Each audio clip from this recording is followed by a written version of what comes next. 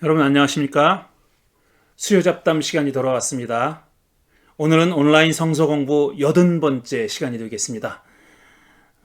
팬데믹 들어와서 시작한 온라인 성서 공부가 벌써 80번째가 됐네요. 오늘도 지난 2주에 이어서 구약 성서는 어떤 책이고 왜 그 책을 읽어야 할까, 어떻게 읽어야 할까라는 주제를 가지고 얘기해 보겠습니다. 먼저 지난주에 얘기했던 것 간단하게 복습을 하고 오늘 할 얘기를 이어가겠습니다. 지난주에는 구약을 전문적으로 연구하는 학자들이 지난 세기 동안에 구약 성서를 어떤 성격을 가진 책으로 보고 연구했느냐. 그러니까 구약 성서에 대한 가장 일반적인 시각 관점이죠. 어떤 책이라고 생각하고 어떤 성격을 가진 책이라고 여기고 이해하고 읽고 해석해 왔는가 하는 그런 질문에 대한 답을 찾아봤습니다. 먼저 오랫동안 일단 구약성서는 기본적으로 하나님의 말씀이다. 하나님의 뜻이 담겨 있는 하나님의 말씀이다라는 그런 믿음을 가지고 읽어온 건 사실입니다. 유대교에서도 그랬고 우리 그리스도교에서도 마찬가지입니다. 근데 문제는 어떤 의미에서 하나님의 말씀이냐 하는 겁니다. 어떤 뜻에서 하나님의 말씀이냐. 이런 질문에 대한 답을 학자들이 여러 아주 다양한 의견들을 내놓았는데 그 질문에 대해서 어떤 성격에서 어떤 의미에서 하나님의 말씀이라고 봐야 되느냐 하는 질문에 대한 답으로서 학자들이 여러 다양한 의견들을 내왔는데 그중에서 몇 가지만 제가 추려서 말씀드렸습니다. 첫째로 구약성서는 역사책이다 이겁니다. 그러니까 특히 이스라엘 민족의 역사를 기록한 책이다. 그 말은 뭐냐면은 이스라엘 민족의 역사는 하나님이 함께한 역사인데 하나님이 동행하신 역사인데 하나님의 뜻이 뭔지 알려면은 하나님의 말씀으로서의 구약 성경이 어떤 뜻인지 그게 무슨 뜻인지 구약 성서가 하나님의 말씀이라면은 그게 무슨 뜻인지 알려면은 이스라엘의 역사를 정확하게 알아야 된다. 제대로 알아야 된다라는 겁니다. 그래서 구약성서는 기본적으로 역사책이기 때문에 이 역사책을 근거로 해서 역사책인 구약성서를 근거로 해서 실제로 이스라엘 사람들이 겪었던 일어났던 일 그 시대에 벌어졌던 사건들을 정확하게 재구성해내는 일이 필요하다 이렇게 생각한 거죠. 왜냐하면 역사를 통해서 하나님이 당신의 뜻을 드러내 보이셨다는 겁니다. 그래서 오랫동안 구약성서를 연구하는 사람들은 구약성서가 역사책이라는 그런 기본적인 전제하에 실제로 벌어졌던 일, 이스라엘 사람들이 겪었던 일, 그걸 재구성하려고 애를 써왔던 겁니다. 그런데 그게 이제 많은 문제점을 드러냈어요.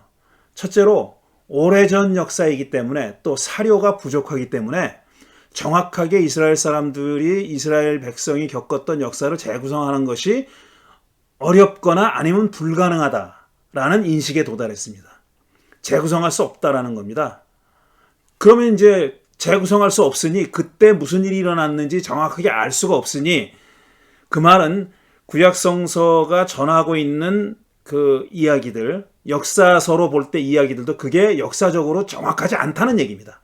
실제 일어났던 일이 아니다. 실제 일어났던 일을 그대로 보도하는 것이 아니다라는 그런 깨달음의 인식에 이르렀던 거죠. 그래서 구약성서를 기반으로 하되 실제로 일어났던 일을 재구성하려니까 무슨 고고학이나 인류학이나 무슨 에스닉 스터디 같은 거 뭐라고 번역을 해야 되나요?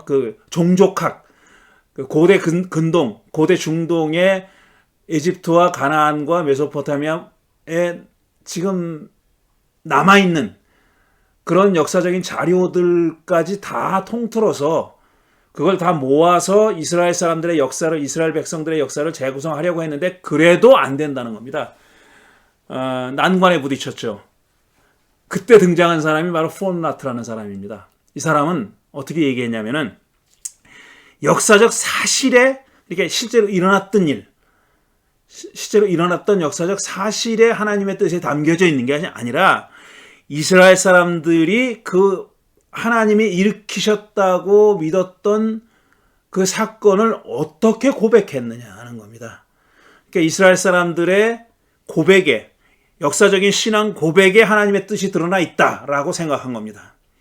그래서 이 포르나트라는 사람이 그 자기의 주장을 뒷받침하는 근거로서 구약성서 여기저기에 자기들의 역사를 어떤 총괄하는 짧은 신앙 고백문이 있다라는 겁니다. 그게 신명기 26장, 지난주에 읽어드린 내용과 그 다음에 여호수아 24장에 나와 있는 내용이 대표적인 짧은 역사적인 신앙 고백이라는 거죠. 그걸 토대로 해서, 그걸 근거로 해가지고 확장시킨 것이 바로 이스라엘의 신앙 고백으로서의 역사다라는 겁니다.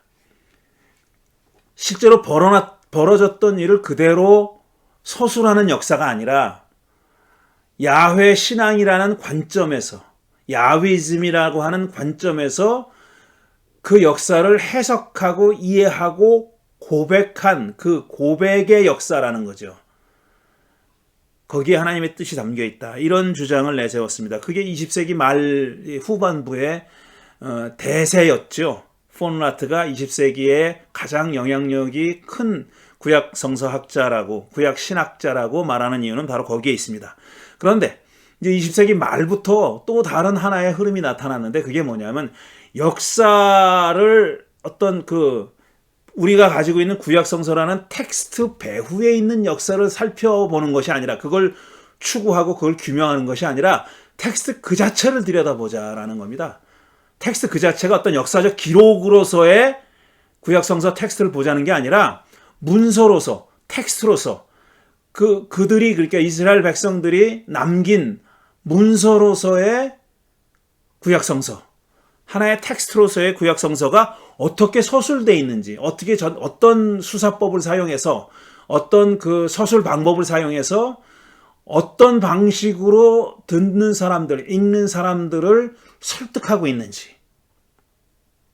그걸 살펴보자라는 겁니다. 그러니까 사람이 글을 쓰는 이유는 뭐냐면은 자기 글에 공감하는 사람을 만들기 위한 것 아닙니까? 그러니까 구약성서도 마찬가지라는 겁니다. 그래서 구약성서가 지금 우리가 갖고 있는 이런 방식으로 서술되어 있는 이유는 뭐냐면 후대 사람들이 이 책을 읽고 아니면 듣고, 귀로 듣고 자기들이 생각했던 거에 동의하고 설득당하기를 원하는 거죠. 설득당하기를 원하는 거죠. 그런 그 문학적인 어떤 수사적인 그런 방법들이 구약성서가 하나님의 말씀이라는 그 의미를 이해하는 데 도움이 된다는 겁니다. 그 방법들을 알아야, 설득하는 방법들을 알아야 구약성서가 하나님의 말씀이라는 뜻을 이해할 수 있다라는 거죠. 그리고 마지막으로 네 번째로 얘기한 것이 뭐냐면은 이게 구약성서라는 텍스트가 그냥 그걸 쓴 사람들, 그걸 전승한 사람들의 뜻과 의지만 가지고 우리가 바라볼 게 아니라, 그걸 캐내려고 할 것이 아니라, 그걸 캐내려고 하는 데만 집중할 것이 아니라 읽고 해석하는 사람의 입장도 있다는 겁니다. 이걸 소위 독자 반응 비평이라고 하는 거죠. Reader Response Criticism이라는 거죠. 그러니까 읽는 사람, 해석하는 사람의 가치관과 세계관과 그 사람의 입장, 이데올로기 같은 것이 배제될 수 없다는 겁니다. 모든 글을 읽을 때 읽는 사람들이 그냥 하늘에서 뚝 떨어진 사람이 아니기 때문에 그 사람의 살고 있는 문화권, 종교적인 어떤 성향, 가치관, 세계관 이런 것들이 그 텍스트를 이해하는데 역할을 한다는 겁니다. 그래서 제가 지난주에 마지막에 말씀드린 것이 성서가 영감받은 하나님의 말씀이라고 했을 때, 그렇게 표현했을 때 그거는 읽는 사람이 그 성서라는 텍스트를 읽을 때 벌어지는 사건이다라는 말씀을 했어요. 영감이 그냥 텍스트로서의 성경 어딘가에 이렇게 숨어 있는 게 아니라, 그것만 가지고 하나님의 영감받은 하나님의 말씀이다, 성서는 그렇게 볼 것이 아니라 하나의 사건으로서의 영감, 사건으로서의 하나님 말씀이라는 뜻으로 받아들여야 된다는 거죠. 그거는 읽을 때, 그 사람이 이 사람이 읽을 때, 그러니까 우리가 이 성서를 읽고 해석하고 그것을 실천할 때 벌어지는 사건이다 라는 말씀을 드렸습니다. 자, 오늘은 조금 지루할 수도 있지만 일단 구약성서가 어떤 내용을 가지고 있는 책인지, 구약성서의 내용이 무엇인지를 잘 모르는 사람들이 대부분입니다. 구약성서가 창세기부터 시작해서 우리 개신교 성경으로는 말라기까지 39권으로 구성되어 있는데 그 39권이 구체적으로 어떤 내용을 담고 있는지 하는 것을 모르는 사람들이 대부분이에요. 일단 구약성서 39권을 다 암기하는 사람도 많지 않죠. 어떤 책이 있는지, 물론 굳이 이걸 다 암기해야 된다는 뜻은 아니에요. 그리고 뭐 창세기 50장까지 있고 뭐 출애굽기 40장까지 있고 이걸 다 외워야 된다는 얘기는 아닙니다. 절대로 그런 얘기는 아니에요. 우리가 뭐 초등학생도 아니고 그런 뜻이 아니라 구약성서에 어떤 내용이 담겨 있는지는 기본적으로 알아야 그 다음에 그 책의 성격에 대해서 우리가 얘기할 수 있고 구약성서가 어떤 책인지 그리고 어떻게 우리가 읽어야 될지 왜 읽어야 될지 하는 것을 그 다음 단계로 얘기할 수 있다는 그런 뜻입니다. 구약성서가 어떤 내용이 담겨 있는지, 구약성서의 각 책이 어떤 내용을 담고 있는지도 모르면서 그 다음 단계로 나가는 건 힘들다는 거죠. 그렇지만 우리가 시간적인 제약이 있고 뭐 그걸 창세기만 가지고도 몇 주 동안 얘기할 수 있어요. 자세히 살펴보려면은. 그런데 그렇게 할 수는 없으니까 간략하게 요약해서 구약성서의 각 책이 어떤 내용을 담고 있는 책인지 하는 것을 말씀드리려고 합니다. 그런데 제가 그 책의 내용을 일일이 다 얘기할 수는 없어요. 그것도 할 수 없는 일입니다. 너무 지루하기도 하고 그건 여러분이 각자 읽어야 될 문제지 저한테 얘기를 듣고 그걸로 대신할 수는 없는 얘기예요. 성서를 읽어야 됩니다.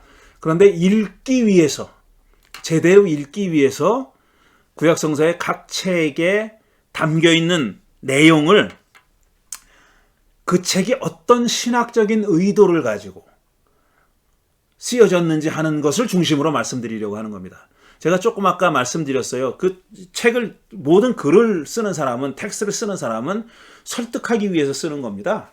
자기와 같은 생각을 하게 만들기 위해서 쓰는 거예요. 근데 생각이 있는 겁니다. 그러니까 어떤 정말 그 예술적인 표현, 문학적인 표현에만 집중하고 있는 그런 아름다운 글이라 할지라도 이렇게 아주 심미적이고 탐미적이고 예술적인 어떤 그 가치를 중시하는 글이라 할지라도 그 글에는 저자의 의도가 담겨 있죠. 저자가 어떤 의도로 이 책을 썼는지 하는 의도가 담겨 있는 겁니다. 그거를 성서니까 종교적인, 신앙적인, 신학적인 의도가 담겨 있는 겁니다. 그러니까 각 책이, 구약성서의 각 책이 어떤 신학적인, 신앙적인 의도를 가지고 뭘 설득하려고 그 책을 기술했는가, 썼는가 하는 것을 중심으로 살펴보려고 하는 것입니다. 말씀드렸듯이 구약성서는 역사책이 아니에요. 역사적 성격이 있는 건 분명하지만 우리 현대적인 의미로 역사책은 아닙니다. 어떤 그 사실을 객관적으로 보도하려고, 리포트하려고 쓴 책이 아니라는 거죠. 물론 현대 역사도 그런 뜻은 아니에요. 벌어진 일을 연대기적으로 이렇게 서술하는 건 아니잖아요. 그건 연대기죠. 역사가 아니지 않습니까? 어떤 특정한 관점, 역사관, 시각을 가지고 벌어졌던 일을, 일어났던 일을 해석하는 게 역사잖아요. 근데 성서는 그런 의미에서 해석된 역사고 한 걸음 더 나아가서 하나님이 일으키신 일이라고 믿었기 때문에 벌어진 모든 일들이 하나님의 섭리 안에서 벌어진 일이라고 믿었기 때문에 일종의 신앙 고백이기도 한 겁니다. 그러니까 고백된 역사, 신학적으로 해석된 역사, 라는 그런 말씀이죠. 그런 뜻에서 각 책이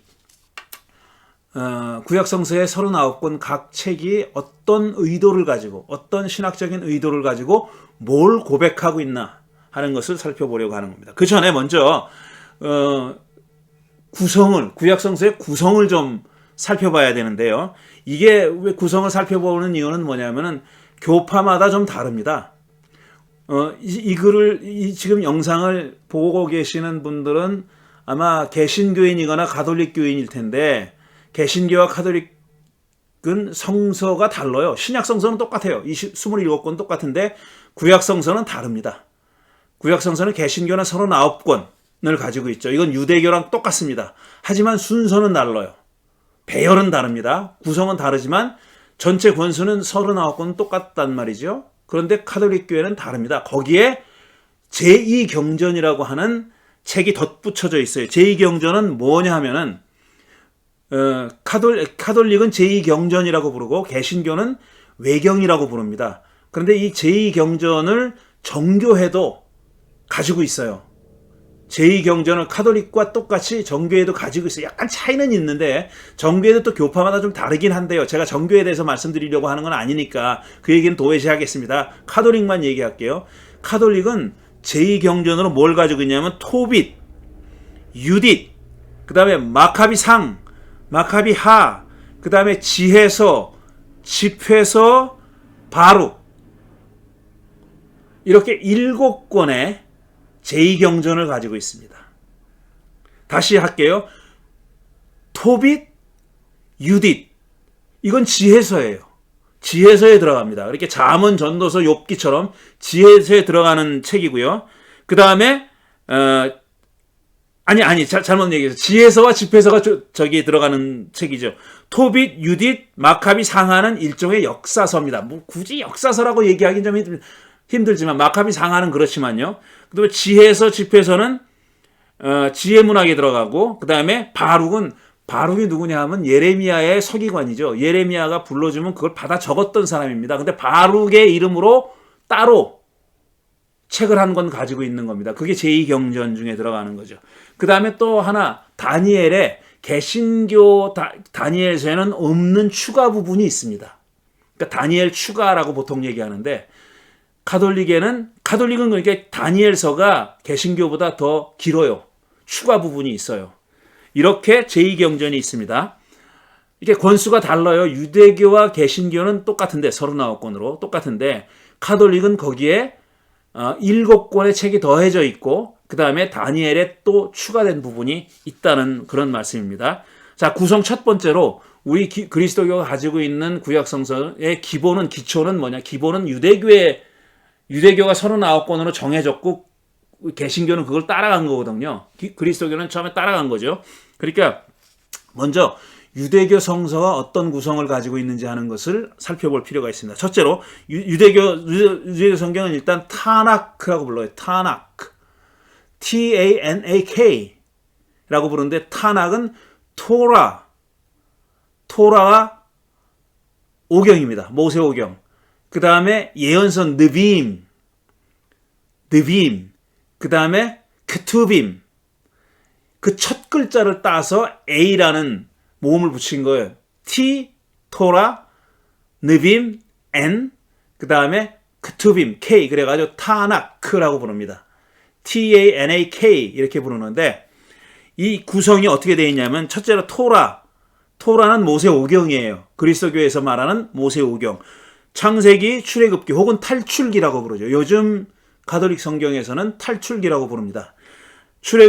창세기, 출애굽기, 레위기, 민수기, 신명기 이 5권. 이거는 어떤 교파에서도 제일 먼저 나오는 5권입니다. 이건 고정돼 있어요. 그 다음 순서가 다르지. 토라 혹은 모세오경은 고정돼 있고요. 그 다음에 나오는 책이 예언서입니다. 예언서는 근데 전기 예언서와 후기 예언서로 나눠요.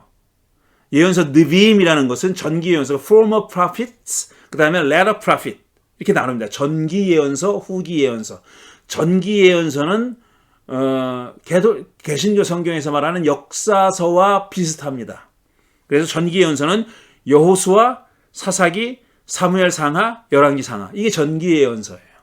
왜 이 책들을 개신교에서는 역사서라고 부르는 이 책들을 전 예언서라고 부르냐 하면은 유대교의 예언 이해는 예언을 뭐라고 보느냐 하면은 미래를 내다보는 어떤 말이 아니라 그게 예언이 아니라 하나님의 말씀이 들어있는 예금할 때 예자입니다. 미리 내다본다는 앞선다는 예자가 아니라 예금할 때 예자를 써요. 그러니까 말씀을 담은 책이다 이런 뜻이에요. 그래서 여호수아, 사사기, 사무엘상, 열왕기 상하에는 하나님의 말씀이 담겨 있다는 겁니다. 그래서 전기 예언서라고 부르고 그 다음에 우리 개신교의 순서에서 하나 빠졌죠. 룻기가 빠져 있습니다. 룻기는 성문서에 들어가요. 유대교 성서에서는 성문서에 들어가는데 자 그래서 전기 예언서가 여호수아, 사사기, 사무엘, 열왕기고요. 그 다음에 후기 예언서는 이사야, 예레미야, 에스겔 이게 우리 개신교에서는 대예언서라고 부르는 예언서 중에 3권입니다. 이사야, 예레미야, 에스겔, 다니엘이 빠져 있죠. 다니엘은 유대교 성경에서는 성문서에 들어갑니다. 크투빔에 들어갑니다. 예언서가 아니에요. 이사야, 예레미야, 에스겔, 그 다음에 12권의 소예언서라고 부르는 호세아, 요엘, 아모스, 오바댜, 요나, 미가, 나움, 하박국, 스바냐, 학개, 스가랴, 말라기 이 12권의 소예언서 플러스 3권의 대예언서가 바로 유대교 성서에서 후기 예언서입니다. 그러니까 후기 예언서가 15권인 것이죠. 이사야, 예레미야, 에스겔, 그 다음에 12권의 소예언서 이게 후기 예언서인데 유대교에서는 재밌는 게 흥미로운 게 뭐냐면은 호세아, 요엘, 아모스, 오바댜, 요나, 학개, 말라 이게 전부 다 다른 시대에 활동했던 예언자들이에요. 한 시대에 모조리 12명의 소예언자들이 나타나서 활동한 게 아닙니다. 기원전 8세기에서부터 시작해가지고 포로기까지 상당히 한 수백 년의 세월 동안에 활동했던 예언자들이 남긴 책입니다. 그들의 이름이 붙어있는 예언서란 말이에요.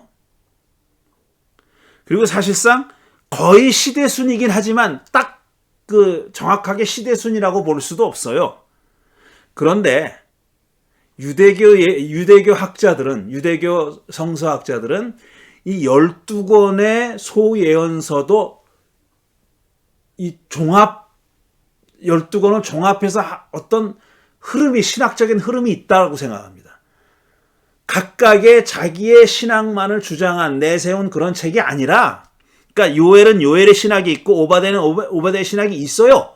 있는데, 그건 사실인데, 12권 전체가 어떤 분명한 신학적인 흐름을 가지고 있다라고 주장합니다. 사실 개신교에서는 이런 주장을 하는 사람이 많지 않아요. 근데 유대교 성서학자들은, 그냥 구약학자들은 자기네 성서학자들이죠. 그렇게 주장하는 사람들이 상당히 있습니다. 12권의 신학이 있다 이겁니다. 12권 각각의 예언서의 신학도 있거니와 12권 전체의 신학도 있다. 이렇게 얘기하죠. 그 다음에 이제 마지막으로 성문서, 큰 3덩어리 중에, 그러니까 토라, 예언서, 그 다음에 성문서, 3덩어리 중에 마지막 성문서는 시편, 잠언, 욥기. 요거는 이제 지혜문학에 포함되는 거죠. 시가서 혹은 지혜문학이라 포함되는 거고, 아가서까지. 그 다음에 룻기, 예레미야, 애가, 전도서, 에스더, 다니엘, 에스라, 느헤미야, 역대기, 상하. 이게 성문서에 해당하는 겁니다. 영어는 그냥 writings라 그래요. writings. 그냥 문서들입니다. 근데 우리가 흔히 이제 성경이니까 성자 앞에 붙인 거예요. 히브리 말로 케투빔이죠. 흥미로운 게 아까 말씀드렸듯이 다니엘서가 예언서가 아니라 성문서에 들어와 있다는 겁니다.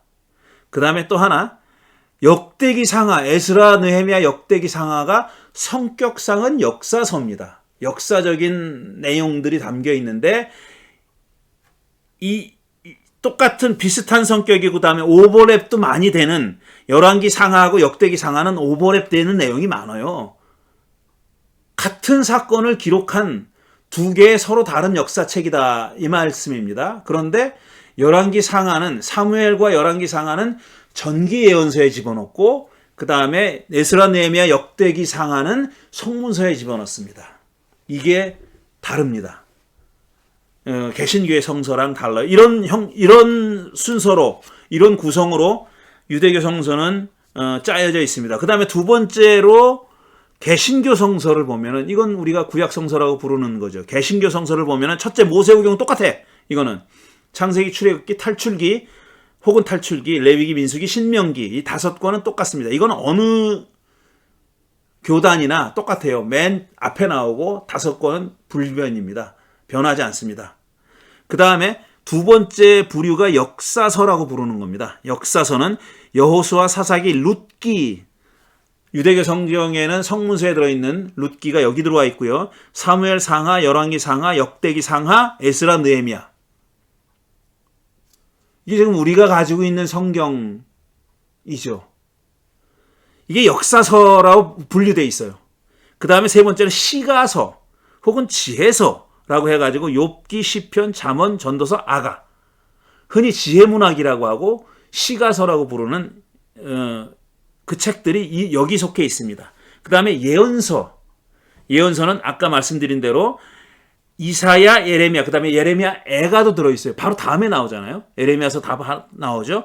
그 다음에 에스겔, 다니엘까지 여기 들어와 있고요. 그 다음에 호세아를 비롯한 나머지 12권의 소예언서가 예언서에 들어와 있습니다. 그래서 예언서는 예레미야, 애가까지 포함하면 17권입니다.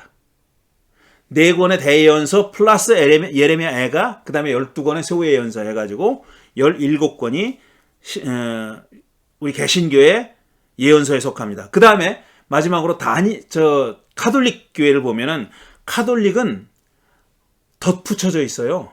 아까 말씀드렸듯이 개신교 성서, 유대교 성서와 개신교 성서 플러스 제2경전이 있는데 그게 토빗, 유딧, 마카비 상하, 지혜서, 집회서, 바록, 다니엘 추가 이렇게 되어 있습니다.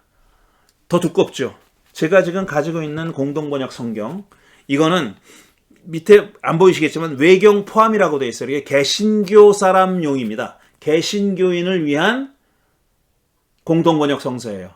그래서 여기는 카톨릭용이라고 안 써 있고 외경 포함이라고 써 있어요. 왜냐하면 그 외경은 개신교에서는 성서로, 경전으로 인정하지 않기 때문에 그렇게 되어 있습니다. 자, 이 정도로 제가 말씀드리고 이제 각 권, 성서의 각 권이 어떤 내용을, 어떤 그 신학적인 내용이 어떤 신학적인 목적을 가지고 서술된 그런 책이냐 하는 것을 간략하게 설명드리겠습니다. 먼저 모세오경 혹은 토라. 토라 전체적으로 보면은, 그러니까 창세기부터 신명기까지 토라 전체적으로 보면 토라는 어떤 성격의 책이냐 하면은, 토라가 어떤 성격의 책이냐 하면은 이스라엘이라는 종족이 야훼 선택을 받은 민족으로서의 이스라엘이라는 종족이 어디서 기원했고 초기에 어떻게 형성됐는지를 서술하는 이야기 또는 역사다 이겁니다. 그러니까 이야기로 서술된 역사라는 겁니다. 다시 말씀드려서 아까도 계속 반복하는데 이거는 해석된 역사 혹은 고백된 역사 이렇게 봐야 되는데 모세오경이 전체적으로 말하려고 하는 내용, 기본 theme이라고 불러도 좋고 theesis라고 불러도 좋고 테제라고 불러도 뭐라고 불러도 좋아요. 모세오경이 궁극적으로 말하려고 하는 바는 뭐냐 하면은 이스라엘이라고 하는 하나님의 백성이, 하나님의 선택을 받은 야훼의 백성이 어디서 기원됐고 어떻게 형성됐는지 하는 초기의 역사를 설명하는 겁니다. 그게 모세오경입니다. 그러니까 초점은 뭐냐 하면은 이스라엘 종족에 맞춰져 있어요. 이게 참 중요한 내용입니다. 그러니까 창세기 1장은 우주의 창조부터 얘기하잖아요. 우주 만물을 하나님이 어떻게 창조하셨느냐 그 얘기부터 시작합니다. 그러니까 마치 모세오경이 창세기를 포함하는 모세오경이 이 우주의 어떤 기원을 설명하는 궁극적인 그런 목적을 가지고 있는 책이라고 오해할 수 있는데 그리고 그 우주적인 어떤 목적, 우주 창조의 목적을 실현하기 위한 어떤 그 도구로서 하나님이 이스라엘 종족을 선택했다. 그래서 아브라함으로부터 만민이 받을 복이 흘러나온다. 이렇게 생각하고 있는데 그거는 이 모세 오경을 쓴 사람들의 의도가 아니라는 겁니다. 그 사람들의 의도는 뭐냐면 처음부터 이스라엘이라는 종족에 맞춰져 있는 겁니다. 그 이스라엘이라는 종족이 실존했고 실제했고 그들의 기원을 거꾸로 따져 올라간 거예요. 처음부터 이스라엘의 종족에 이르기까지를 설명한 게 아니라 이스라엘이라는 종족이 처음에 이미 그 얘기를 하려고 그렇게 마음을 먹고 그의 전 역사를 알아본 거다 하는 거예요. 그러니까 초점은 이스라엘 종족에 맞춰져 있어요. 이렇게 얘기하면은 이게 너무 범위가 좁지 않냐. 그리고 이게 뭐 이스라엘 역사라는 것이 뭐라고 자기들이 뭐라고. 그리고 일단 기독교인으로서도 기분이 좋지 않죠. 유대인들, 이스라엘 사람들의 역사에 초점이 맞춰져 있고 그 다음에 그 이전에 인류의 탄생과 인류의 역사, 아담, 하와, 무슨 가인, 아벨, 노아, 바벨탑 뭐 이런 등등의 얘기들은 전부 다 이 얘기를 하기 위해서 이스라엘 종족이 어디서 비롯됐고 이스라엘 종족과 여타 다른 종족들 간의 관계를 서술하기 위해서 설명하기 위해서 창세기 1장부터 11장이 있다고 얘기하면 기분 나쁘죠. 그런데 실제로 그런 의도로 쓰여졌다는 겁니다. 그게 사실이라는 거예요.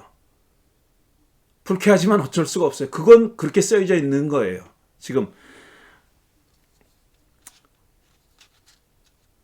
제가 이거를 참 받아들이기가 쉽지가 않았습니다.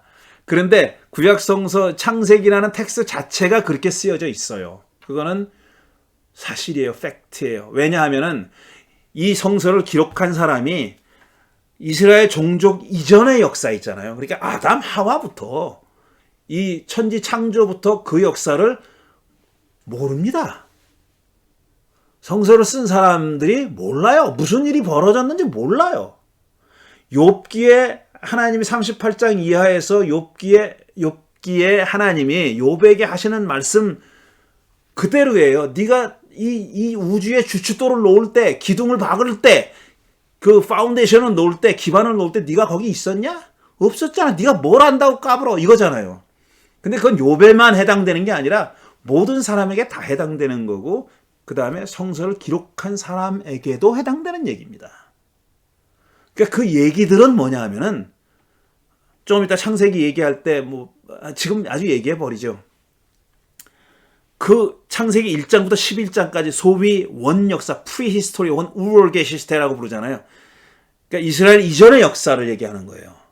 사실 인류의 역사를 얘기하는 건데 그래서 우월게시스테라고 우월히스토리라고 얘기해요. 원역사, 기원이 되는 원자, 기원이 되는 역사라고 얘기하는데 그 기원이 되는 원역사가 서술되어 있는 창세기 1장부터 11장 사이에는 고대 근동의 문화권, 그러니까 메소포타미아에서 많이 왔고 에집트에서 많이 왔는데 그들이 그 문화권에서 통용되던 이야기들, 신화들을 많이 가져왔어요. 에덴 동산 이야기, 생명나무 이야기, 선악을 알게 하는 나무 이야기에서부터 홍수 이야기, 노아 이야기 이런 등등은 모든 이야기들은 그다음 바벨탑 이야기 같은 이야기들 그러니까 원역사에 창세기 1장부터 11장에 나오는 많은 이야기들은 사실상 주변 문화권에서 borrow 해온 겁니다. 빌려온 겁니다. 왜? 이스라엘은 자기 나름대로의 독특한 그런 이야기들을 가지고 있지 않았기 때문에 빌려왔어요. 물론 이스라엘 사람들이 야훼주의 신앙에 맞춰서 그걸 재해석했어요. 재신학화했습니다. 재해석했어요. 그건 사실이에요. 하지만 그 이야기의 기본은 뭐냐면 이스라엘 사람들이 가지고 있던 이야기가 아닙니다. 그건 주변 문화권에서 가지고 온 얘기예요. 이게 그렇게 문제가 되지 않았어요. 그 사람들도 다 알았습니다. 이걸 적은 사람도 창세기 1장부터 11장까지를 읽고 전승한 사람들도 야, 이건 오리지널리티가 우리한테 있는 게 아니다라는 걸 그들도 알았어요. 그러면도 갖고 왔죠. 왜 그럴 수 있었냐 하면은 자기들 나름의 신학적인 관점을 가지고 그걸 다시 읽고 해석할 수 있었기 때문이고, 그 다음에 사실상 그들이 하려고 했던 얘기는 우주의 기원이 아니라 이스라엘이라는 종족의 기원을 말하고 싶어 했기 때문에 그랬습니다. 자연스럽게 창세기로 넘어가는데, 창세기 내용은 한마디로 얘기하자면 뭐냐면 이스라엘 종족 형성 이전의 역사, 이스라엘이 하나의 종족이 되기 이전의 역사, 초기 역사라고 조금 아까 말씀드렸잖아요. 그 이전의 역사를 서술한 겁니다. 그래서 인류의 역사는 창세기 1장부터 11장까지는 거기에 덧붙여져 있는 것이고, 사실상 창세기가 초점을 가중치를 두고 말하고자 했던 얘기는 뭐냐면 자기들의 조상의 이야기입니다. 조상들의 이야기. 아브라함, 이삭, 야곱, 요셉. 야곱의 12아들들, 그 다음에 요셉에 이르기까지의 그 이야기를 하고 싶었던 거예요. 자기들의 조상 이야기가 바로 창세기에 담겨 있는 겁니다. 그런데 하나의 독특한 방식은 뭐냐면 창세기를 적은 사람이 자기의 종족의 조상을 서술하는 방식이 뭐냐면은 어떤 한 집단으로서의 역사, 한 집단으로서의 그룹의 역사, 공동체의 역사를 한 개인에게 투영한 겁니다.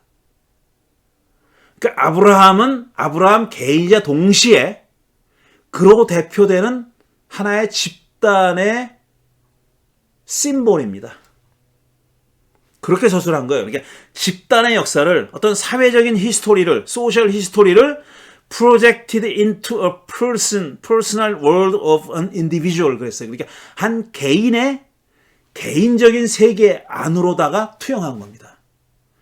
그러니까 아브라함, 이삭, 야곱의 12아들들, 그 다음에 요셉을 포함한 야곱의 12아들들 개인은 개인이자 동시에 어떤 집단의 상징인 겁니다. 그런 식으로 표현되어 있고, 그 다음에 또 한 가지 창세기에서 우리가 들여다봐야 할, 찾아내야 할 하나의 관점 혹은 신학적인 설득, 뭘 설득하려고 했느냐 하면은 이스라엘 사람들과 주변 사람들과의 관계, 릴레이션십이 어떠냐 하는 것을 설명하려고 하는 겁니다. 어떤 집단과는 상당히 긴밀한 관계를 가지고 있는데 이상하게 가깝고 긴밀한데 상당 기간 동안 적대적인 관계를 맺고 살았던 그런 집단들이 있는 거예요.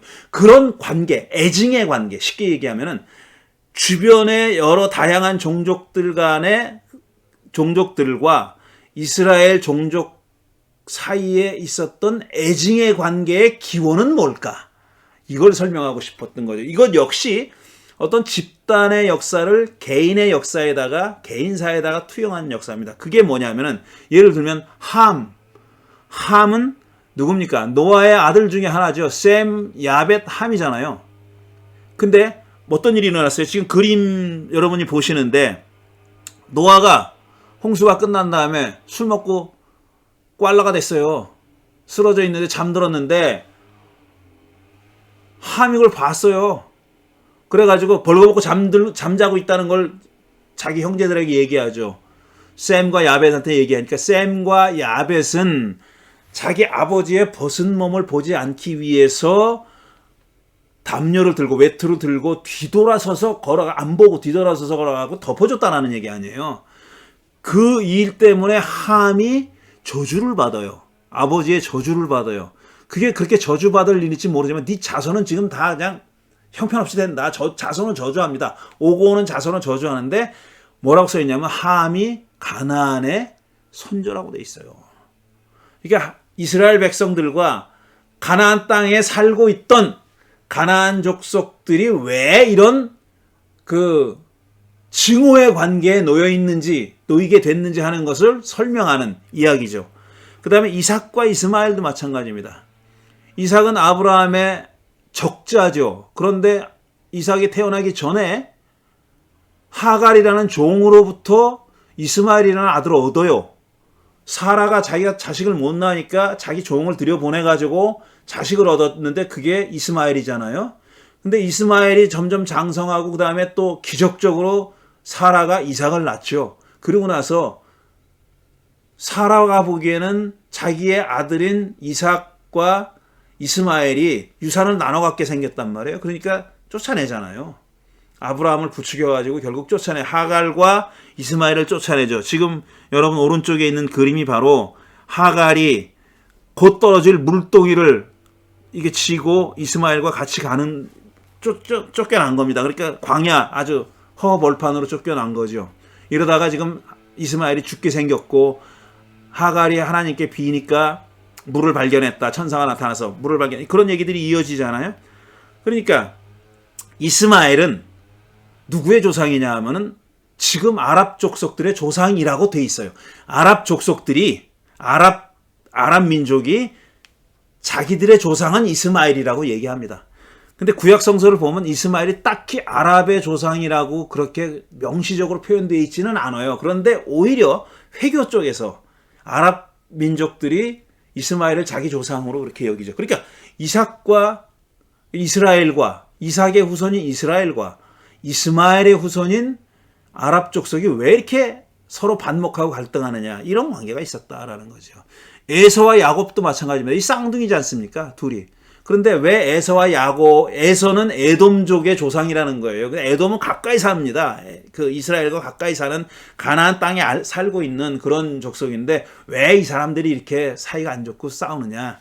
얘네들이 싸웠기 때문에 그렇다. 에서와 야곱이. 이런 식으로 돼 있어요. 그러니까 창세기는 뭐냐면은 이스라엘이 종족이 되기 이전의 역사를 그리고 있는데 거기 초점이 맞춰져 있다는 거, 그거 중요하고요. 그러니까 사실상 창세기 1장부터 11장보다 이걸 적은 사람들이 초점을 둔 얘기는 이스라엘이 아브라함이 하나님의 부르심을 받은 이후의 역사, 12장부터 50장까지의 역사가 중요한 겁니다. 거기 보면은 이 이스라엘이라는 종족이 어떻게 형성되어 있었고, 어떤 과정을 통해서 어떻게 형성됐고, 주변의 종족들과는 어떤 관계를 맺게 될 터인데 그 기원이 이렇다 이겁니다. 그 이유는 이렇다 하는 얘기를 하는 겁니다. 이게 바로 창세기의 내용입니다. 제가 설명한 것은 창세기가 어떤 얘기를 하려고, 창세기의 어떤 신학적인 주장이 뭐냐 하는 것을 말씀드린 거고, 구체적인 내용은 여러분들이 읽어보셔야 됩니다. 그리고 읽어보시는데 지난주에 말씀드릴 때 마지막에서 두 번째 read response 얘기하기 전에 이 구약성서의 내러티브들이, 이야기들이, 설화들이 굉장히 기가 막힌 어떤 그 설득하기 위해서, 읽는 사람을 설득하기 위해서 굉장한 어떤 스트래티지를 사용하고 있어요. 그게 굉장히 예술적이기도 하고 수사학적이기도 합니다. 설득되게 만들었어요. 그걸 주의 깊게 염두에 두고 읽어보시면은 또 달리 읽힐 수가 있는 거죠. 그 다음에 두 번째로 출애굽기, 탈출기인데, 탈출기는 한마디로 얘기하면 뭐냐면은 종족으로서, 창세기가 종족 이전의 이스라엘의 역사라면은, 선조들의 역사라면은 이 출애굽기는 종족으로서의 이스라엘이 어떻게 탄생했느냐 하는 것을 말하는 책입니다. 종족으로서의 이스라엘의 기원을 얘기하는 책이고, 어떤 순서로 되어 있냐면 일단 모세가 하나님의 부름을 받아서 백성들을 이끌고 나오죠. 그래서 광야로 나옵니다. 그래서 얼마 되지 않아서 시내산에 이르러서 하나님과 언약을 맺고 하나님의 백성으로서의 이스라엘 종족이 탄생하는 겁니다. 그러니까 출애굽한 히브리 사람들은 아직은 언약 백성으로서의 이스라엘이 아니에요. 시내산에 이르러서 비로소 하나님과 언약을 맺은 다음에 이제 하나님의 백성이 되는 겁니다. 그런 얘기. 그 다음에 하나님으로부터 그 언약 관계를 유지하기 위해서 지켜야 했던 가르침 혹은 계명을 받습니다. 그 계명의 내용들이 나오는데 특히 출애굽기엔 언약 법전이라고 하는 일군의 계명들, 율법들, 법전이라고 하는 내용이 들어 있습니다. 거기 21장 이후에 들어있어요. 24장까지인가? 들어있어요. 그 다음에 나오는 내용이 뭐냐면 타바나클, 성막을 건축하는 얘기가 나옵니다. 그게 굉장히 길게 마지막까지 나옵니다. 40장까지 성막을 짓는 얘기가 나오는데, 이 성막은 나중에 건축될 예루살렘 성전의 모형이 되는 건데, 실제로는 이 성막을 짓는 이야기, 출애굽기에 기록되어 있는 성막을 짓는 이야기는 예루살렘 성전이 지어진 후에 거기에 따라서 서술되어 있습니다. 그러니까 시간의 흐름으로 보면은 예루살렘 성전이 성막을 본따서 지은 걸로 그렇게 서술되어 있죠. 그러나 신학적으로는 예루살렘 성전의 구조대로 성막이 지어진 걸로 그렇게 서술되어 있다라는 얘기입니다. 뭔가 대단히 중요한 얘기는 아닌데, 지금 두 장의 그 그림을 제가 가져왔는데요. 먼저 그림은 모세가 하나님의 산에서 타오르는 떨기나무 가운데서 들려오는 하나님의 음성을 듣고 소명을 받는 얘기죠. 모세가 소명을 받는 얘기. 안 가려고 하는데 하나님이 결국은 그를 에집트로 다시 돌려보내는 얘기고요. 그 다음에 두 번째 그림은 시내산에서 언약을 맺는 그런 광경을 묘사한 그림입니다. 지금 모세가 돌판을 들고 있죠. 그것이 바로 이제 십계명 돌판인 것입니다. 이렇게 출애굽기는 한마디로 얘기하면은 이스라엘이 종족으로서 어떻게 시작됐느냐 하는 것을 보여주는 얘기입니다. 그래서 제가 여러 번 말씀드렸는데, 이 공부 시간에도 말씀드렸고 다른 기회에도 말씀드렸는데, 인류 역사상 최초의, 그 후에도 사실 유래를 찾아보기 힘든 노예 종교가 바로 야훼 종교입니다. 그 고대에는 말할 것도 없고 후대까지 지금까지도 사실상 종교는 가진 자들의 어떤 그 문명입니다. 가진 자들의 정신활동입니다. 종교는 가진 자들의, 학식 있는 자들, 가진 자들, 가진 지배자들의 어떤 정신활동이자 사회제도예요. 그게 종교입니다. 그런데 출발할 때는, 적어도 출발할 때 야훼 종교는 노예들의 종교입니다.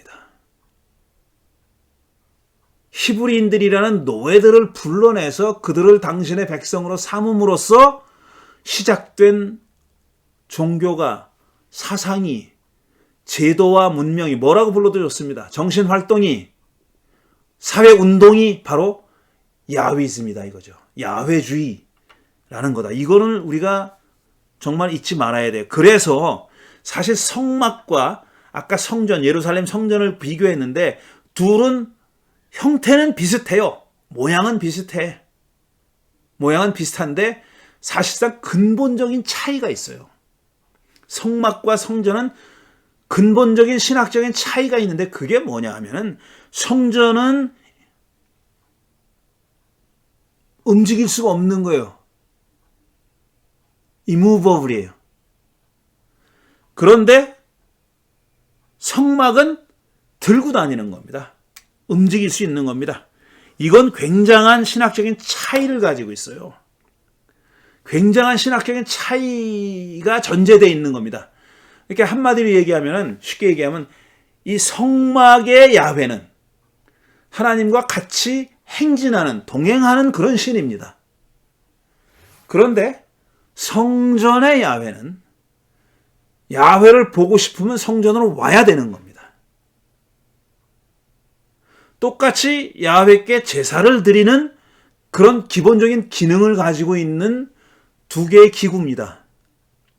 성막도 성전도 마찬가지예요. 그런데 성막은 기본이 뭐냐 하면은 백성들과 동행하는, 움직이는, 움직이는 신이에요. 반면 성전은 움직이지 않는 신이 거기에 안주하고 있는 그런 신학입니다. 성전 신학은 바로 그거예요. 고대 중동 지방의 신학은 다 성전 신학이었어요. 에집트는 말할 것도 없고 메소포타미아에서도 마찬가지고 가나안의 이스라엘 이외의 다른 종족들도 마찬가지입니다. 죄다 다 성전에 신상을 모시고 있었어요. 그리고 그 신상을 만나거나 거기다 제사를 드리려면 글로 와야 되는 거예요. 그런데 성막 시대의 이스라엘은 그게 아닙니다. 야훼가 이스라엘 사람들과 늘 동행하는 거예요. 구름 기둥, 불 기둥이 있었지만 이 성막 자체도 야훼가 거기 계시다고 거주하고 믿었던 그 성막 자체도 움직이는 그런 것이었다라는 겁니다. 이게 출애굽기의 신학입니다. 또 출애굽기 마찬가지로 여러분이 자세하게 좀 읽어보실 필요가 있습니다. 근데 읽기가 힘든 것이 뒷부분에 가면은 성막을 짓는 얘기는 정말 지루합니다. 레위기에 못지않게 지루합니다. 좀 띄어 읽으셔도 돼요. 우리가 그걸 성막을 만들 게 아니니까. 자, 그 다음에 세 번째로 레위기. 레위기는 한마디로 얘기해서 이겁니다. 하나님의 언약 백성으로, 아까 시내산에서 언약을 맺음으로써 언약 백성이 됐잖아요. 근데 그 언약 백성임을 유지해야 되는 거예요. 한번 언약 백성으로 맺어졌다고 해서 그냥 내내 가는 게 아니다라는 겁니다. 그건 조건부 언약이었다는 거죠. Conditional Covenant. 조건부 언약이었다는 거예요. Conditional Treaty 혹은 Conditional 무슨 Covenant 뭐라고 불러도 좋은데 조건부 언약이었어요. 근데 그 조건을 만족시켜야 언약 백성으로서의 스테이터스가 유지되는 겁니다. 레위기는 그 언약 백성으로서의 스테이터스를 유지하기 위한 방법들입니다. 한마디로 얘기하면 그거예요. 언약 백성으로서의 지위를 유지하기 위해서 이스라엘 사람들은 뭘 해야 됐느냐 하는 겁니다. 한마디로 그 조건을 만족시키기 위해서 뭘 해야 되느냐 하는 내용을 다양한 규정들이 있잖아요. 근데 한마디로 얘기하면 separation입니다. 구별되어야 된다라는 거예요.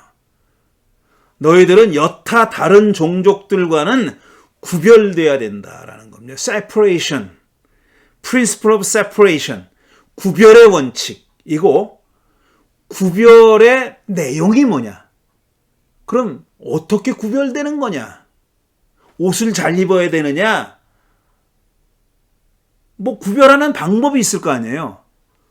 그냥 우린 구별됐네 라고 해서 구별되는 게 아니라 구별하는 방법이 내외적인 외적으로도 구별돼야 되고 심정적으로도 그러니까 내적으로도 구별돼야 되는 거예요. 그러니까 육체적으로도 기독교인들이 좋아하는 용어로 보면 육체적으로도 영적으로도 다 구별돼야 되는 거예요. 근데 그 육체적 구별, 영적인 구별을 한마디로 요약하면 홀리니스입니다. 거룩함. 너희들은 거룩해져야 된다는 거예요. 야훼가 거룩한 것처럼 너희들도 거룩해져야 된다라는 겁니다. 거룩해짐은 뭘 통해서 이루어지느냐 하면 구별을 통해서 이루어지는 거예요. separation. 그러니까 이방 족속들과 가나안 족속들과 달라야 된다는 겁니다. 그래서 그들의 신을 섬겨서는 안 되는 거예요. 이방 신들, 가나안 족속들의 신에 제사를 드려서는 안 되는 겁니다. 왜? 구별의 원칙이 깨지는 거예요. 왜? 그렇게 되면 너희들이 더럽혀지는 거예요. 홀리니스하고 퓨리티는 상당히 유사한 개념입니다. 그러니까 정결해져야 거룩해지는 거예요. 정결은 거룩의 조건입니다. 그래서 정결이 깨어졌을 때, 그러니까 불결해졌을 때는 정결을 회복하는 절차가 있어요. 그 절차를 꼼꼼하게 밟아야 다시 정결해지는 겁니다. 다시 야훼의 계약 백성으로 restore 되는 거예요. 회복되는 거예요. 그 절차가 레위기에 적혀 있는 겁니다. 다시 말씀드리면은 레위기는 언약 백성으로서 야훼 언약 백성으로서의 이스라엘 백성들이 그 자격을 스테이터스를 유지하기 위한 방법을 적은 책입니다. 그런데 그 스테이터스를 유지하기 위해서는 그 방법을 한마디로 요약하면 separation이다. 구별하는 거다. 그래서 구별해서 어떻게 되는 거냐면 holiness, 거룩해지는 거다라는 겁니다. 그 거룩해지는 길이 바로 퓨리티입니다. 거의 대부분 외적인 불결이 초래됐을 때, 외적으로 우리가 불결해졌을 때, 그거를 다시 정결하게 회복되는 방법들이 정결례인 거예요. 정결례. Holiness Code, 혹은 Purity Laws라고 얘기하는 거.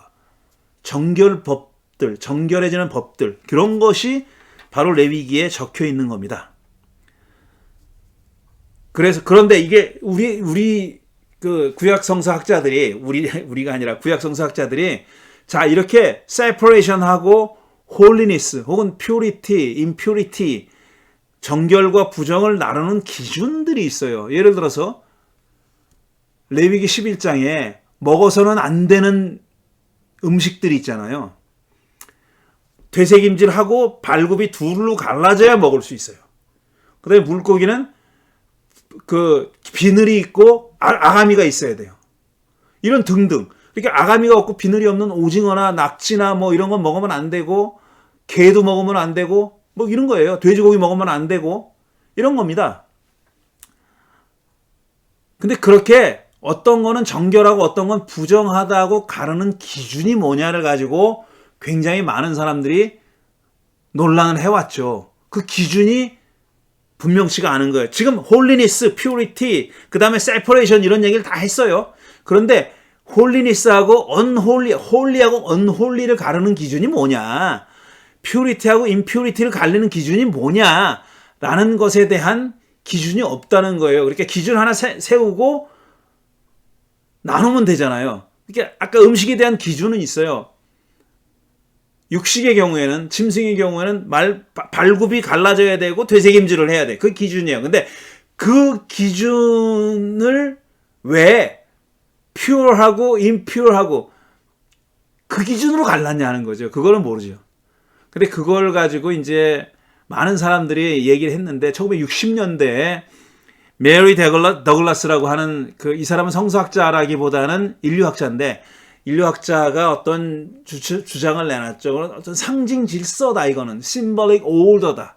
상징 질서를 구축하는 하나의 과정이고, 그게 기준이다라는 얘기를 했어요. 뭐 길게 얘기할 수는 없는데, 어쨌든 그 레위기에 지금 말씀드린 대로 세퍼레이션의 기준에 대해서는 아직도 설왕설래가 있습니다. 근데 지금 유대인들과 제7일 안식교인들은 지금도 많은 사람들이 그 레위기 11장에 나와 있는 음식에 관한 규정들을 지키고 있단 말이죠. 근데 안식교에서는 특히 그 한 수십 년 전에 나왔던 이상구 씨가 그렇게 주장을 해서 그런데 그게 다 건강과 관련이 있다라고 주장을 했죠. 근데 그거는 사실은 아니에요. 그건 사실은 아니에요. 건강에 좋은지 안 좋은지는 모르겠는데 그 건강을 기준으로 해가지고 이게 퓨어, 임퓨어를 나눈 건 아니다. 제가 이런 말씀입니다. 그 다음에 이제 민수기. 네 번째는 민수기인데, 민수기는 뭐냐면은 한마디로 얘기하면 목록과 족보에 관한 책입니다. 목록과 족보. 각 지파가 어떻게 구성되어 있는지에 관한 책이에요. 그래서 민수기의 넘버스예요. 그래서 이름이 넘버스라고 붙어 있는 건데, 근데 재미있는 사실은 뭐냐면은 이 민수기에 광야 생활을 하는 이스라엘 백성이 아직 가나안 땅에 못 들어갔어요. 이 광야에서 방랑하는 기간에 관한 이야기인데, 이 민수기에 특별히 우리의 주목을 끄는 대목이 뭐냐면 이스라엘 백성들의 반란에 대한 얘기가 많이 나옵니다. 야훼 하나님에 대한 반란, 그 다음에 모세에 대한 반란 얘기가 상당히 많이 나와요. 21장에 나오는 불뱀 얘기. 반란이 일으켰기 때문에 불뱀을 보내가지고 하나님이 그걸 물게 했는데 나중에 구리뱀을 쳐다보면 낫게 됐다. 그 얘기. 이것도 반란에 관한 얘기죠. 그 다음에 바알부올 얘기. 부올에 사는 사람들이, 여자들이 이스라엘 남자들을 꼬셔가지고 자기들 제사 지냈는데 끌고 가서 이방신에게, 우상에게 절하게 만드는 겁니다. 제사를 지내게 만들었어요. 그래서 야훼 신이 화가 나가지고 이제 역병이 돌아가지고 많은 사람들이 좀 2만 4천 명인가 얼마가 죽었다고 돼 있죠. 그러고 나서야 이제 역병이 그쳤다.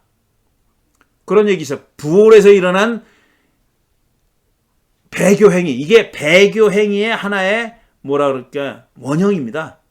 이스라엘 사람들이 야훼를 버리고 이방신을 따라갔던 하나의 가장 대표적인 사건인데 이게 민수기에 나옵니다.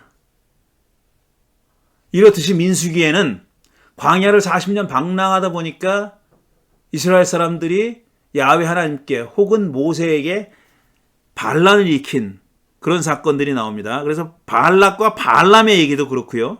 이런 얘기들이 바로 이 민수기 안에 다 들어있어요.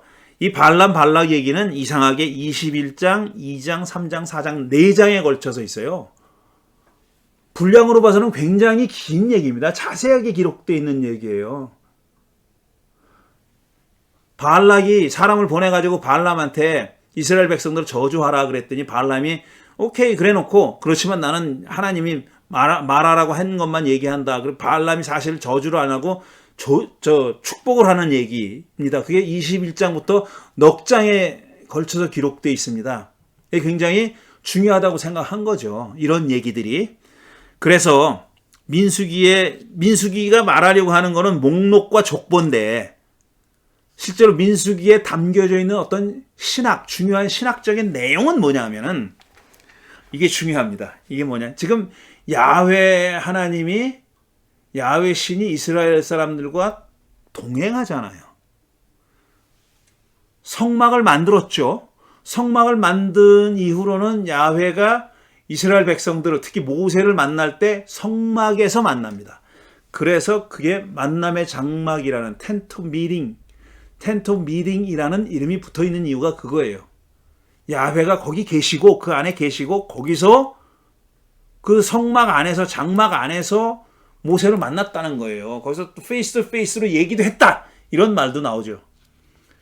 지금 그러니까 야훼가 이스라엘 백성들 한가운데 있는 겁니다. 야훼 프레센스가 현존이 이스라엘 사람들 한가운데 있는 거예요. 그런데 민수기는 어떻게 하면은 그 야훼 하나님이 얼마나 그 정말 큰 수많은 완전히 그냥 불살라 버리는 확 집어삼켜 버리는 맘만 먹으면은 분노하면은 그럴 수 있는 분 아니에요. 그래서 홈리와 비느하스가 이상한 불을 가지고 와서 야훼께 제사를 드리려고 했다가 집어삼켜 버리고 집어삼킨 얘기가 많이 나와요. 그렇게 컨숨이라는 얘기가 많이 나옵니다. 이 민수기에는 컨숨이라는 얘기가 여러 번 등장하거든요. 근데 그 단어가 사실상 중요한 신학적인 의미를 가지고 있는 거예요. 이 야훼는 어떤 신이냐면 언제든지 분노하면은 컨숨할 수 있는 가능성이 있는 그런 신이에요. 그러니까 분노의 신입니다. 분노할 수 있는 신인데 동시에 그 분노할 수 있는 신이 이스라엘과 함께 지금 이스라엘 가운데 현존하고 있잖아요. 그러면서 이스라엘을 지금 가이드하고 있어요. 인도하고 있어요. 어떻게 하면 삼켜지지 않고 야훼 인도를 받아서 광야 생활을 무사히 마칠 수 있는가 하는 것이 사실 민수기의 신학적인ธี임이다 이겁니다. 그래서 거기서 실패해서 삼켜진 경우도 나오고 그 다음에 그걸 회개하고 다시 리스토어하는 회복하는 이야기도 나오고 이게 바로 민수기입니다. 그러다가 뒷부분으로 가면은 이제 가나안의 정탐꾼을 파송하죠. 근데 정탐꾼을 파송하는데 처음에 보면은 야훼가 모세에게 이르기를 정탐꾼을 파송하라 그래요. 그러니까 야훼 명령을 받아서 파송한 걸로 되어 있습니다. 그런데 뒤에 보면은 정탐꾼을 파송한 것이 모세의 잘못이고 죄라고 얘기해요. 이게 딜레마입니다. 그 이야기를 그대로 따라가면은 말이죠. 모세더러 정탐꾼을 파송하라고 한 분은 야훼예요. 그런데 그걸 가지고 모세에게 책임을 물은 분도 야훼예요. 나를 불신했기 때문에 네가 이러지 않느냐. 백성들이 왜 정탐꾼을 파송했느냐 하면 왜 정탐꾼이 가서 우호적인 얘기를 하지 않습니다. 걔네들 뭐 엄청납니다. 우리가 가서 붙어봐야 메뚜기 같습니다. 뭐 이런 식으로 얘기하죠. 그러니까 막 두려워 떨어요. 두려워 떨다가 또 선발대 비슷하게 보내가지고 만판 깨집니다. 그게 민수기 마지막 부분에 나오는 얘기죠. 그러니까 그 이스라엘 정복 시도는 여호수아에 가서 처음 일어난 게 아니라 민수기에서 이미 한번 트라이를 해요. 그랬다가 실패하는데, 이런 일들이 실패하니까 그냥 실패한 게 아니라 많이 죽어요. 또 이스라엘 사람들이, 그 선발대로 갔던 사람들이 실패한 경험이죠. 근데 여기에 대한 책임을, 그러니까 정탐꾼을 보낸 모세에게, 그리고 야훼 하나님에 대한 전적인 신뢰를 보내지 않았던 이스라엘 백성에게 묻는 얘기가 바로 민수기에 나옵니다. 그러니까 민수기는 한마디로 얘기하면은 목록과 족보에 관한 얘기지만 거기에는 다양한 반란에 대한 얘기가 포함되어 있고, 결국은 신학적으로 민수기가 말하려고 하는 얘기는 뭐냐 하면은 이거다 이거죠. 이스라엘 백성들 한가운데 야훼가 프레센스, 현존하고 있을 때 어떻게 하면 그 야훼의 분노에 삼켜지지 않고 야훼로 하여금 자기들을 잘 이끌고 인도하게끔 할 것이냐. 어떤 사건에서 그걸 실패했고 어떤 사건에서는 그것을 성공했느냐 하는 이야기가 담겨있는 그런 책이 바로 민수기다라는 겁니다. 민수기 역시 여러분이 꼭 한번 읽어보셔야 내용을 알 수 있는 얘기입니다. 그리고 읽어보실 때 지금 제가 말씀드린 내용을 염두에 두고 읽어보시라는 겁니다. 자, 그 다음에 신명기. 신명기가 지금 우리가 가지고 있는 신명기의 형식은 이제 광야 생활을 다 마칠 때가 됐습니다. 40년 광야 생활을 종료할 때가 됐는데, 요단강 건너서 약속의 땅으로 들어가기 직전에 모세가 이스라엘 백성들을 다 모아놓고 고별 설교를 한 형식으로 되어 있습니다. 여기에 신명기 법전이라고 하는 법전의 내용도 들어가 있고, 이스라엘이 출애굽해서부터 어떤 길을 걸어왔는지 하는 일종의 회고, 역사적 회고도 들어있고, 앞으로 이스라엘 백성들이 가나안 땅에 들어가면 어떻게 살아야 할지에 대한 지침도 들어있어요. 이 모든 것이 어떤 형식으로 들어있냐면 모세의 마지막 설교라는 형식으로 들어있는 겁니다. 형식은 모세의 마지막 설교인데, 신명기는 사실상 우리가 가지고 있는 신명기라는 텍스트가 어느 시대에 유래된 거냐 하는 것을 학자들은 어떻게 생각하냐 하면은 기원전 7세기, 그러니까 요시야 왕 시대를 반영하고 있다고 봅니다. 그 시대에 산출됐는지는 모르겠어요. 그러나 신명기의 이야기와 법전들이 반영하고 있는 시대는 어떤 시대냐면 기원전 7세기 요시야 왕 시대다라는 겁니다. 학자들은 신명기를 어떻게 보냐 하면은 신명기의 궁극적인 기원은 북이스라엘이라고 생각해요. 북이스라엘. 근데 기원전 7세기에 이미 북이스라엘은 망했습니다. 8세기 말에 망해요. 721년에 망하잖아요. 아시리아에 멸망당하잖아요. 8세기 후반에 망해요.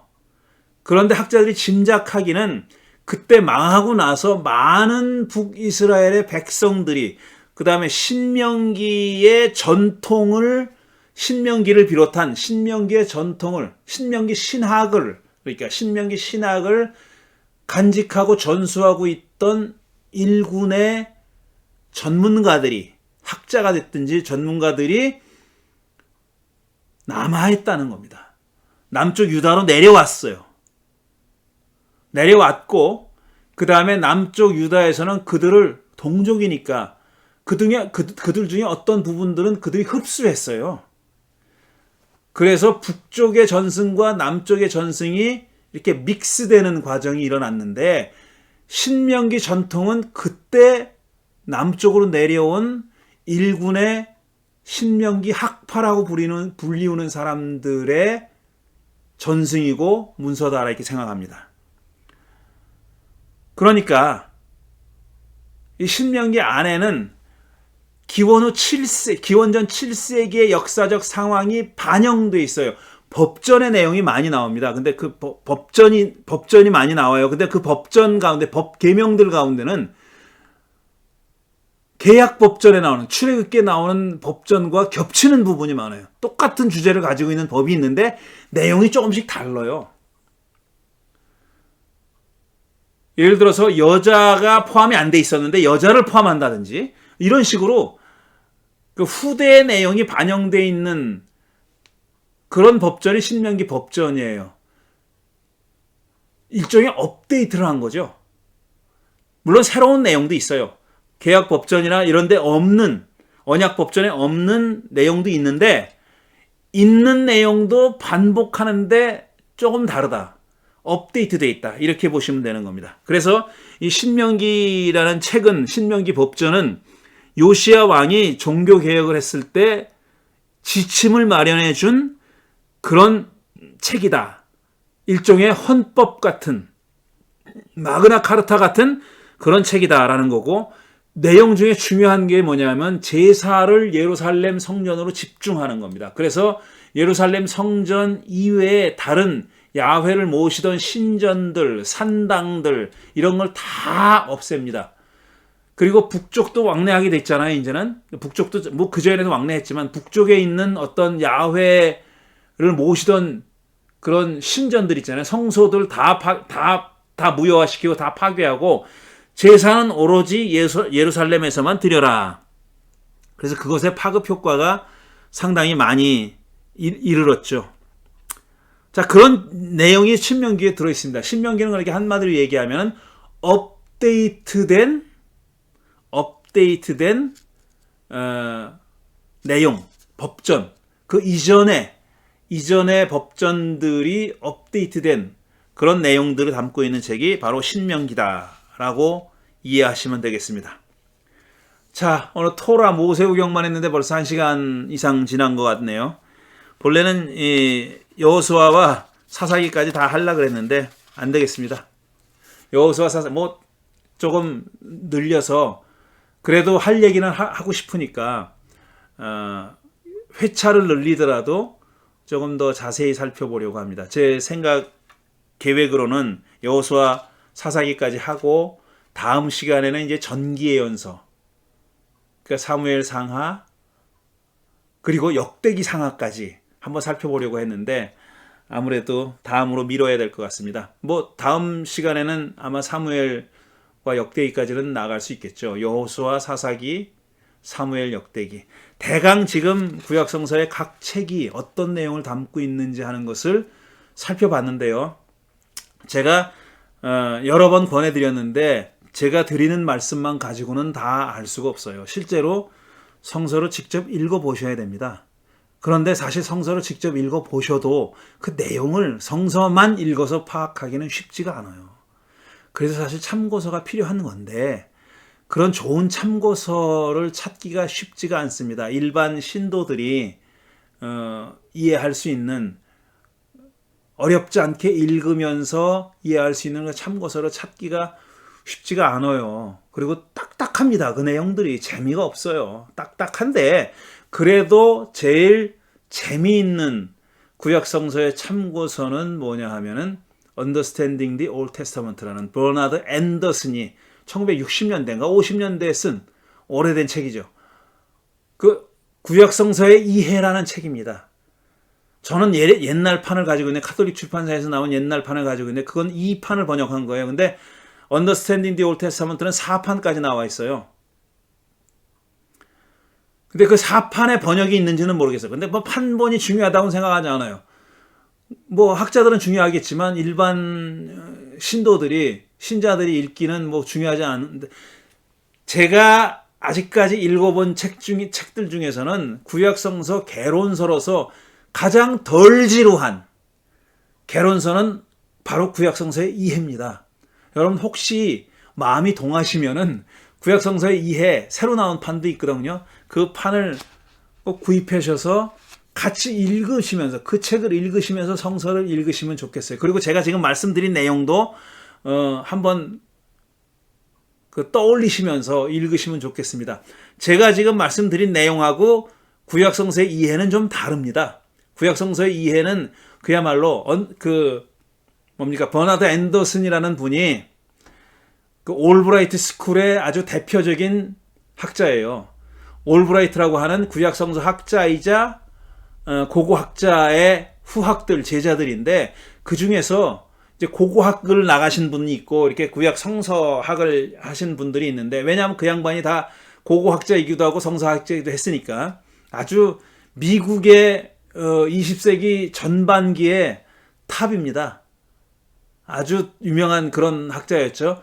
그 양반의 제자인데 이 앤더슨은 올브라이트의 신학을 잘 구현해서 구약성서를 개론적으로 해설한 책, 그게 바로 구약성서의 이해, Understanding the Old Testament라는 책입니다. 여러분 그 책을 관심 있는 분들은 꼭 한번 같이 읽으시면서 살펴보시면 되겠습니다. 오늘 여기까지 하고 다음 주에는 이제 여호수아, 사사기, 그리고 사무엘, 열왕기 이런 순서로 계속 진행해 보겠습니다. 다음 주에 다시 뵙겠습니다. 감사합니다.